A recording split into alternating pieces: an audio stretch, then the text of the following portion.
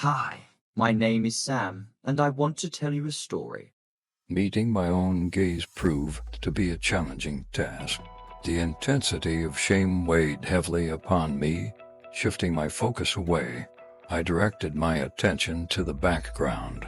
The elderly storekeeper's antiquated bookcases housed an assortment of seemingly irrelevant items, characteristic of a bygone era. My gaze fixates on a bubble imperfection, an unmistakable sign of the mirror's advancing age.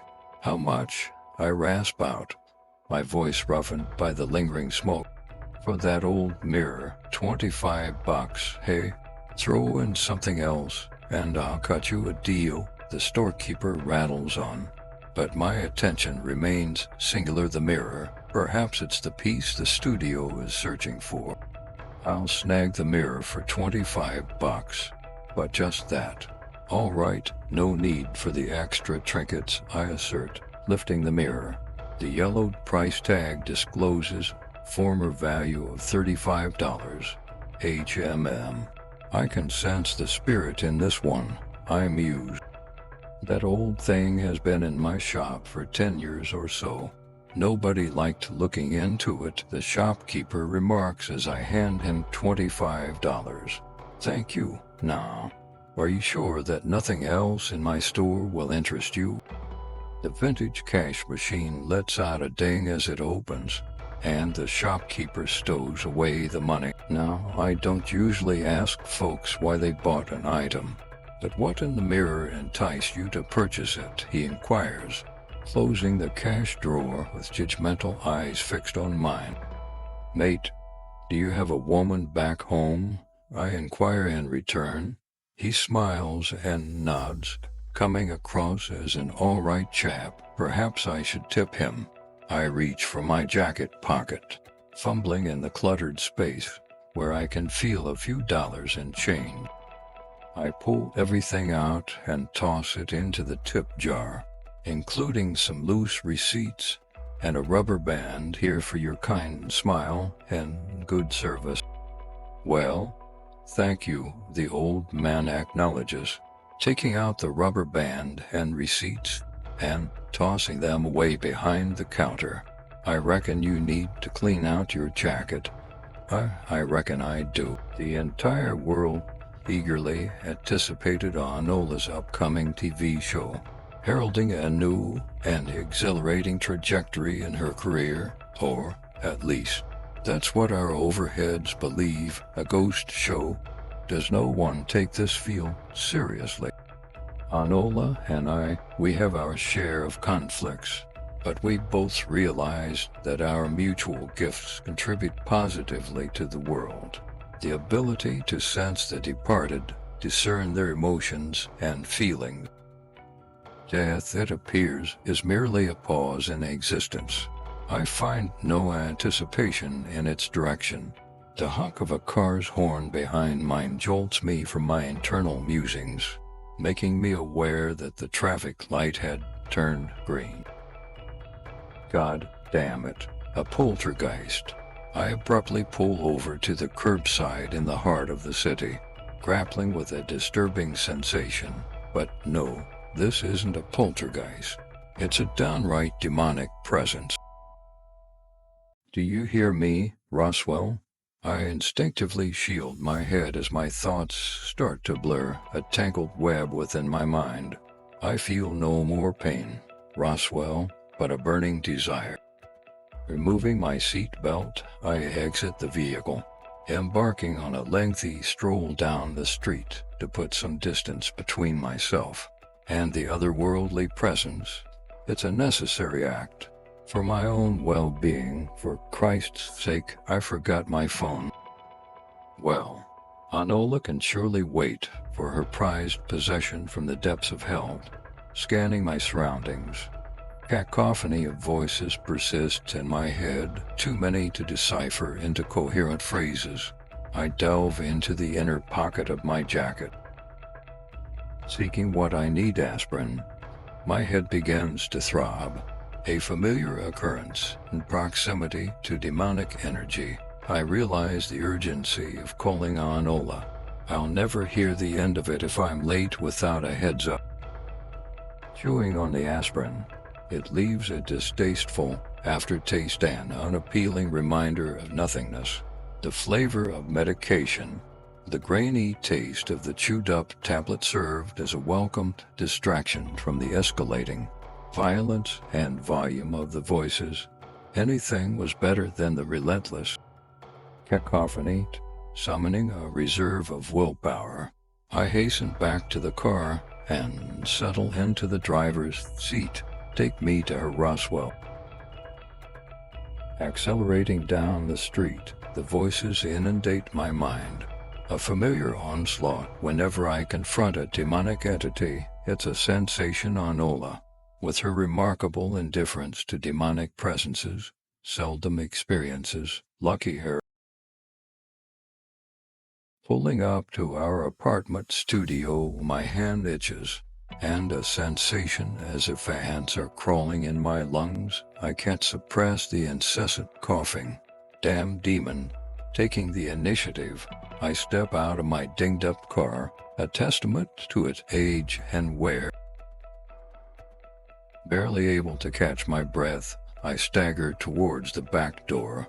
As my hand grasps the handle, a jolt of energy stings my skin. Damn demon. Swiftly grabbing the handle, I yank the door open. There the mirror lies on its back. Do what you're told, Roswell. Bounding up the stairs with the mirror in tow, I sense an uncomfortable burning sensation on my skin, not a literal burn, but rather an overwhelming feeling akin to being covered in fire ants. Reaching the top floor, our floor, I sprint to apartment for C. It's like any other unit, a medium-sized hallway flanked by average-sized apartments. Approaching the door, I find it locked, typical of Anola, whose penchant for security often transforms our apartment into a modern-day Fort Knox. Knocking with my free hand, the other still tingling with a burning sensation, I call out, "Come on, Anola, please." Frustration fuels my desire for a cigarette. The door unlocks with a click, and she cautiously opens it, peering out. Her eyes fixate on the mirror, and she grimaces, shaking her head. I can sense the demonic presence in that mirror, Ross. You wanted something strong like this, Loke. Move aside. I attempt to push the door open, but the chain lock halts its movement. Jesus Christ. Anola, my arm is burning here. She slides the lock out, and I push the door aside, revealing our apartment, a cozy living area with a petite kitchen. I set the mirror down on our couch, casting a glance at Anola's disheveled hair and pajamas, although a part of me wants to remind her of her ongoing contract with our overheads, and suggest she tidy herself up. I find no motivation to do so. Why should I care? Anola, can you fix yourself up? Yeah, I couldn't help but add, frustrated. And listen, I'm bringing Christine here on Friday. Christine. She's a low-grade psychic, also known as a fae. Anola remarks, picking up the mirror and disregarding my suggestion to get ready. Predictably, she examines it, her face contorted in a grimace. Nothing escapes her discerning gaze, but I'm surprised that this demonic presence seems to be affecting her. I suppose things do change.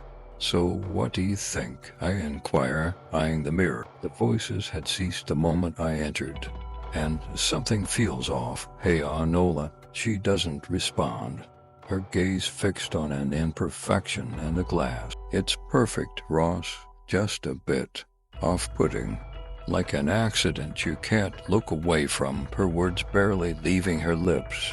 My hand starts shaking inexplicably. Something is wrong, Roswell. She rarely uses my full name. This is no demon. What do you mean? I inquire, the spirit in this mirror. It's Perfect, her head turns, and she smiles, perfect for the show.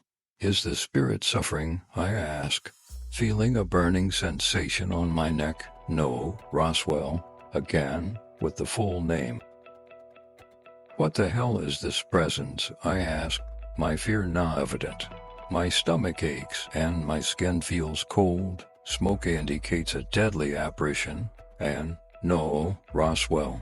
It represents me, Anola responds, her tone different, not like her usual self. I feel the urge to run, but my legs are locked in place. Who is that? I inquire, convinced she's possessed. The new Anola. Her eyes remain fixed on the mirror. The smoke is dissipating, revealing a void under the glass, akin to the earth opening to the abyss. Using her right hand, Anola slips her fingers underneath one of the edges of the fractured glass and lifts. Surprisingly, no blood flows from her hand, as it should when glass is involved. Instead, she laughs. Opening the glass, the abyss beneath it expands, and my head begins to ache. This is really not good. Summoning the strength needed to press forward, I take heavy steps. The path becomes clearer, and I seize the mirror, hurling it away from Anola. It crashes to the floor, shattering like a normal mirror would. Oh, Jesus, Anola utters with a frown, an uncommon expression on her typically unfazed face. That was a portal to the afterlife, Ross. Let me see your hand. I grasp her petite right hand and observe that no damage has been done. And how do you know that? The abyss, it's purgatory. Those spirits were trying to find their way out, perhaps to our world or in a vain attempt to reach the heavens above. Anola explains. Inspecting the broken mirror, my hands still shake. I ask, why would the mirror be a portal to purgatory? I don't know, but I felt it. Remember when we discovered that old cave somewhere in Canada? A bloody portal to hell? It's an old memory. No. To purgatory, Ross. These portals are made by God or by accident through projected energy from the afterlife. Anola picks up the glass and looks into it. The voices told me to give them to you, like you were needed for their escape. I admit, feeling embarrassed by the weaknesses I exhibit, especially when compared to her. That's odd. So, what now, Ross? She asked, looking up from the floor, a piece of glass still in her hand. We don't have a piece for the show now. Who cares about the show? Let's just clean this up. I suggested. I was possessed, Ross. Anola's voice was full of shame. I could tell. I always could. Nearly possessed. Look, I don't feel anything from the piece anymore. Let's just buck up and roll on. Anola smirked. Our saying, buck up, roll on, always buck up and roll on. Because if spirits don't remind someone of the eventual demise of everyone, nothing will. The breezy stroll to the diner provided relief. After the portal ordeal, seated, I perused the menu, contemplating my choice, a cheeseburger. Perhaps, how quintessentially American, despite my Coventry roots, maybe a salad. Anola's predictable preference would likely be chocolate chip. Pancakes with whipped cream. Childish, settling on the burger and fries. I couldn't help but admire Anola, especially considering her recent narrow escape from a potential possession. The glass was discarded, yet I swear Anola clandestinely pocketed a shard of it. She has a penchant for harboring otherworldly possessions in her room. I fear the remnants of the near possession might cling to her. I hope not. What are you ordering? She inquires, her gaze fixed on the pancake section of the menu. A sizable image showcases a stack of pancakes adorned with syrup, the golden liquid cascading down the side. Christ, I'm famished. The visuals aren't making the decision any easier. Burger with fries, I inquire. I'm not sure. She replies, oh, she knows. With a final smile and a gesture towards the menu, she settles on her choice. Waffles, I swear you always order pancakes when you come here. I remark, a faint smile playing on my face. Time for a change? Time for a change, she echoes, looking back at the menu. I can't shake the feeling that something is amiss as I detect a glimmer in her eye. Manola, I inquire, pulling the menu away from her. Our eyes lock. But in that moment I realize they're not her eyes.